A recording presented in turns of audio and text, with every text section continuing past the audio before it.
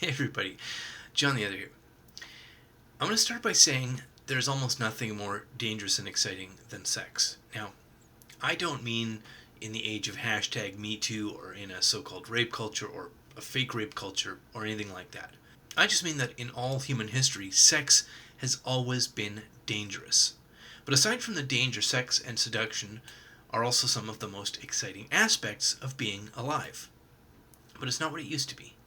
Because in the age of a phony rape culture, which is where we are now, we have a new and a mandatory model of sexual expression commonly called affirmative consent, and this innovation promoted under threat to your future by feminist activists. Now, because it's so amazingly tedious, I promise I'm not going to dwell extensively on affirmative consent or any longer than I have to. But I do need to describe it so that we all know and agree on what we're talking about. This is the propagandized, correct way to have a sexual interaction with somebody. If you ask them for consent to be allowed to express yourself to them sexually, or to express sexual interest in them, or to interact with them in any sexual way. Remember a few minutes ago I said sex was one of the most dangerous as well as the most exciting aspects of being alive as a human being. Well, as soon as you impose the feminist model of consent, which is like a sexually fetishized and overly pedantic version of Mother May I, then sex is transformed from being exciting and dangerous to extremely tiresome, predictable, and uninspiring, while also being extremely dangerous. Because if you imagine that obediently adopting the feminist model of consent somehow makes sexuality safe or makes a sexual encounter safe, then you have not been paying attention at all. And all of that is not even mentioning the ask permission Mother May I model of male sexuality demanded by feminists is repulsive to women at a deep and instinctive level. In fact, formalized consent used to be a joke, an actual joke. There is a low-budget science fiction movie made in, I think, 1987 called Cherry 2000. The basic premise is that sexual and romantic relationships have deteriorated in the future to the point that the male protagonist in the film prefers to have a robotic sex doll rather than to have any romantic relationship with an actual flesh and blood woman. I will point out that this old and cheesy movie was made before any of us had ever heard of MGTOW or the Mike Pence rule.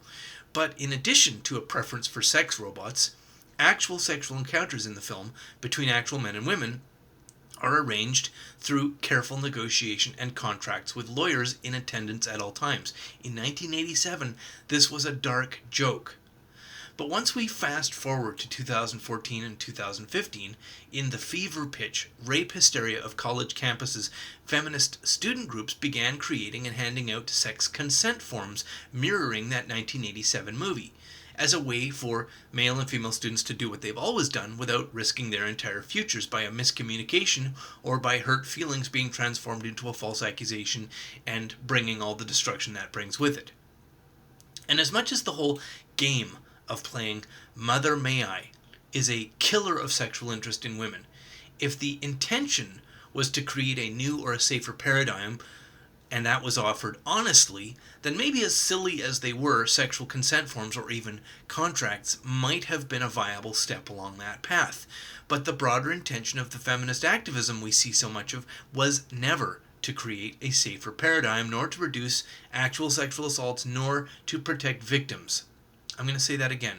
The goal of feminist activism was never to create a safer paradigm, nor was it to reduce sexual assaults, and nor was it to protect victims. The intention of feminist activism is now, and always was, to criminalize and pathologize male sexuality and male identity. And the specific goal of a new law that I'm going to talk about here, and about to be passed in Canada, is to legally eliminate any possibility of defending against an accusation of rape, no matter how frivolous or unsupportable that accusation might be. The law is called Bill C-51, and it eliminates documentation of consent from inclusion in a defense evidence in a courtroom. And it's not being talked about in the news, so you might not have heard about it except perhaps on this channel. You see, the so-called rape culture constantly being screamed about has nothing to do with actual rape. This is one of the reasons why activists pushing the Believe Survivors or Believe Women slogans become morally outraged when they are challenged with questions of evidence or the presumption of innocence. Their outrage is not fake. It's just that it's not outrage over actual rape, which is why we can't understand them. They seem either insane or they seem like they are pretending. But if we examine the believe survivors rhetoric, or believe women, or believe victims, whatever version it takes, it's easy to see that it begins with an assumption that there is a victimization that has occurred, a crime, and the assumption that the survivor we're supposed to believe in is somebody who actually did suffer through that abuse or crime and then emerged out the other side having survived it, thus a survivor. But that's stated as just, we assume that. And there may be some value to that approach when you're operating in a therapeutic context. You know, if you're trying to reduce somebody's visible trauma or distress, then probably you should believe them when they say something caused that distress. But that assumption of a crime having been committed, built right into the Believe Survivors slogan, has absolutely no place within any framework claiming to value justice. An accused person is only an accused person. A complainant is only a person with a complaint.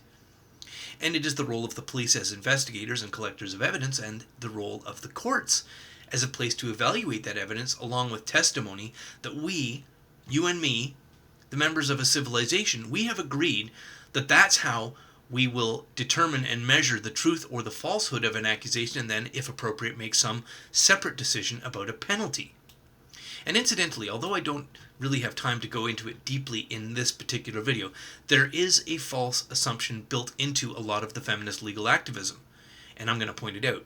The assumption is that the court should serve the same role as the therapist's office. This is just believed by feminists, and it becomes obvious and evident when you listen carefully to what they say. The assumption, of course, is wrong. The proper role of the court is not to provide therapy to aggrieved parties. That's what therapists are for.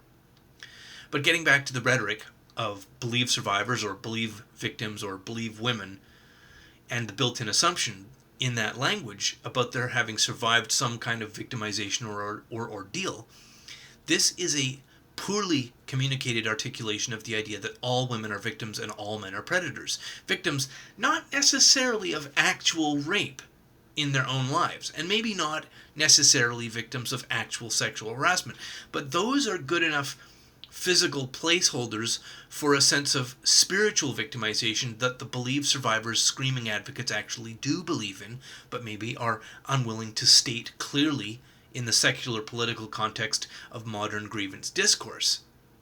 And it's in this context that we circle back to sexual consent, still a popular talking point of feminist activism, and how we know the overtly stated goals of reducing or eliminating rape is actually fake news. Now, as I mentioned earlier, Canadian lawmakers under Trudeau are about to vote into law a piece of legislation which will make written and signed statements of consent non-admissible as evidence in a courtroom in a sexual assault case. Even in the very rare and unusual circumstance that you had a sexual encounter in which you had agreed beforehand in writing, and both parties had signed that agreement before going forward, this hypothetical legal agreement would be disallowed as evidence in a criminal trial for sexual assault. In order to have such a signed agreement allowed into defense evidence in a sexual assault trial, the defendant, that is the accused person, would first have to make an application prior to the running of the trial, and that application would include providing a copy of the signed agreement to the judge as well as to the prosecution and the complainant to be approved by each party prior to the trial before it could be entered as an item of defense evidence. Now, for the people listening who might be a bit sleepy, this means that when the accusation of sexual assault is made frivolously or falsely, the accuser will be able to modify their accusation before the trial to take account of that signed agreement stating that there was consent, before they have to give their testimony in the court, which is to say before their testimony is given under oath, after which point their story can't be changed. The name of the bill about to become law is C-51. Not to be confused with the bill of the same name from 2015 dealing with security and terrorism. If you're going to Google it, make sure you include 2017 so that you get the right law, or you can click the link that I'm going to provide in the low bar of this video.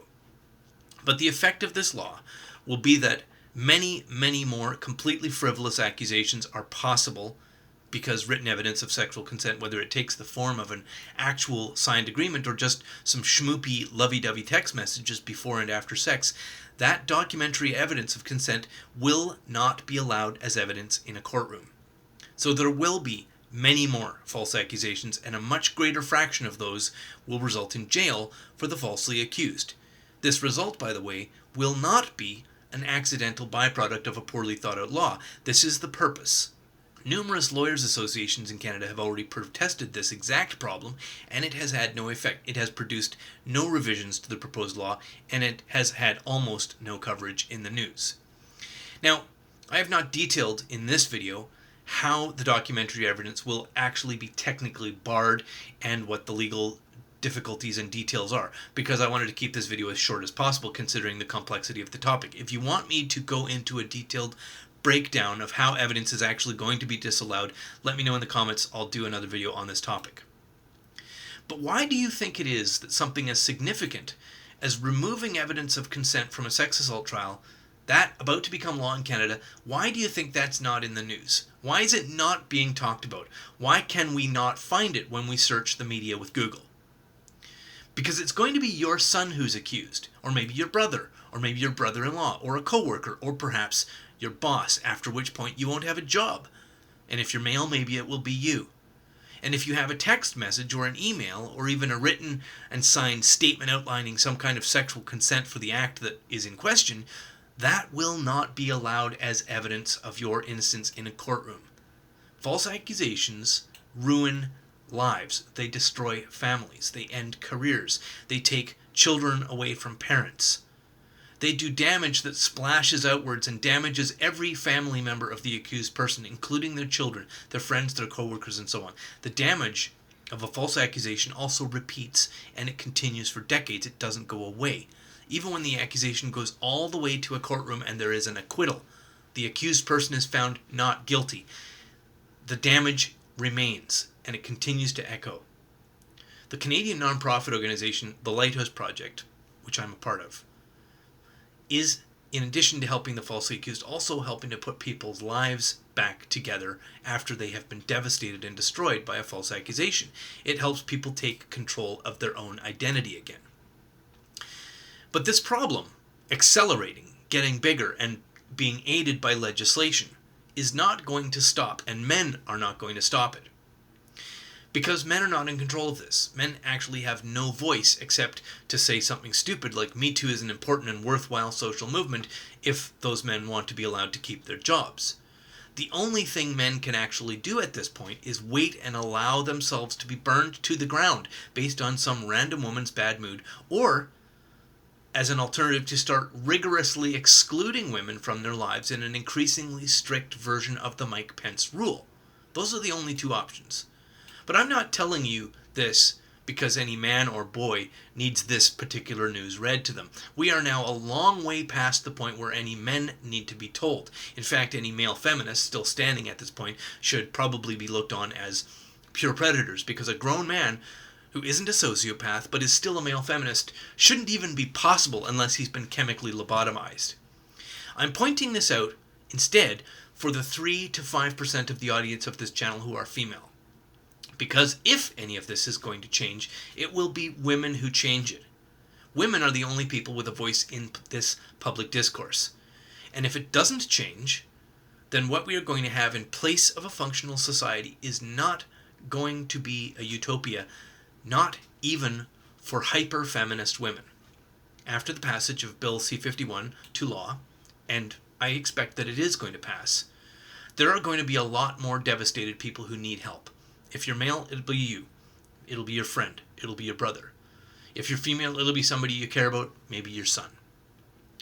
The number of people coming to Lighthouse already is increasing every month. That's all the good news I have for today. Thanks very much for listening. Especially thanks to the people helping support the work of the Lighthouse Project through Patreon or PayPal. And as always, have a lovely, lovely day.